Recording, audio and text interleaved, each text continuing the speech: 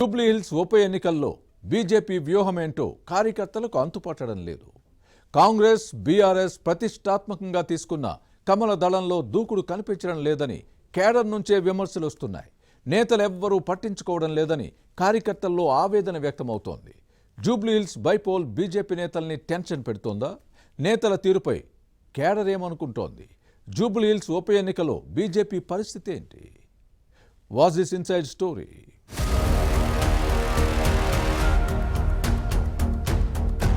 తెలంగాణలో ప్రధాన రాజకీయ పార్టీలకు హైదరాబాద్ జూబ్లీహిల్స్ అసెంబ్లీ స్థానం బైపోల్ ఫీవర్ పట్టుకుంది.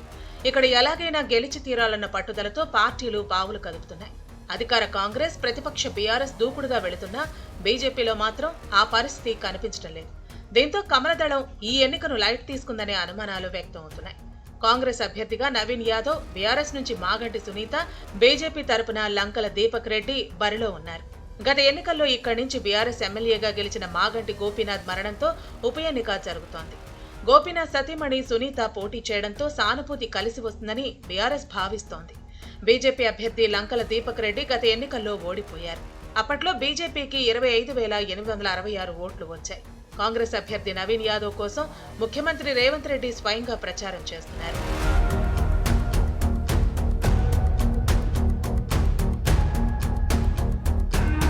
కేంద్ర మంత్రి కిషన్ రెడ్డి ప్రాతినిధ్యం వహిస్తున్న సికింద్రాబాద్ పార్లమెంటు నియోజకవర్గం పరిధిలో జూబ్లీహిల్స్ అసెంబ్లీ స్థానం ఉంది.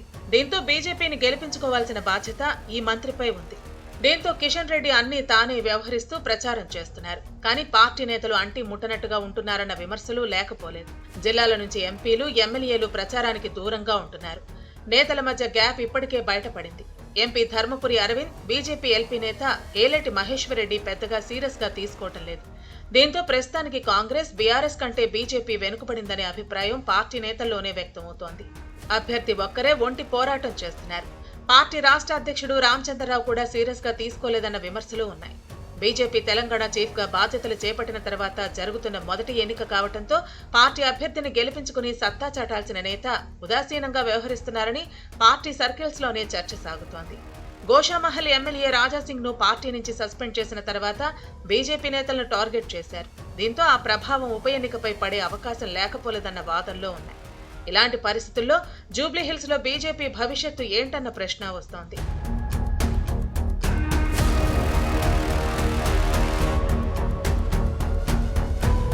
జూబ్లీహిల్స్ లో బీజేపీకి కొంత ఓటు బ్యాంకు ఉంది. కానీ గత ఎన్నికల తర్వాత దాన్ని మెరుగుపరుచుకునే ప్రయత్నం జరగలేదు. ఎన్నికలు వచ్చినప్పుడు హడావిడి చేసే కమలనాథులు ఆ తర్వాత పత్తా ఉండరన్న విమర్శలు లేకపోలేదు. కాంగ్రెస్, బీఆర్ఎస్ వ్యూహాత్మకంగా పావులు కదుపుతూ ఓటర్లను తమ వైపు తిప్పుకునే పనిలో ఉన్నాయి. కానీ బీజేపీలో మాత్రం ఆ పరిస్థితి లేదన్న వాదనలో ఉన్నాయి. జూబ్లీహిల్స్ అసెంబ్లీ స్థానం ఉప ఎన్నికలో గెలుపు, ఓటమి ప్రభావం వచ్చే జీహెచ్ఎంసీ ఎన్నికల్లో ఉంటుంది. అయినా బీజేపీ వెనుకబడి ఉందన్న ప్రచారం జరుగుతోంది. కమలనాథుల ఉదాసీనత పార్టీ కేడర్ను ఆందోళనకు గురిచేస్తోంది. ఇతర పార్టీల ప్రచారాన్ని ఉధృతం చేస్తున్నా తమ పార్టీలో ఇంకా చలనం రాలేదన్న వ్యాఖ్యలు బీజేపీ కార్యకర్తల్లో వినిపిస్తున్నాయి. అయితే విస్తృత ప్రచారానికి కమలదళం ప్లాన్ చేస్తోంది. ఏం జరుగుతుందో చూడాలి.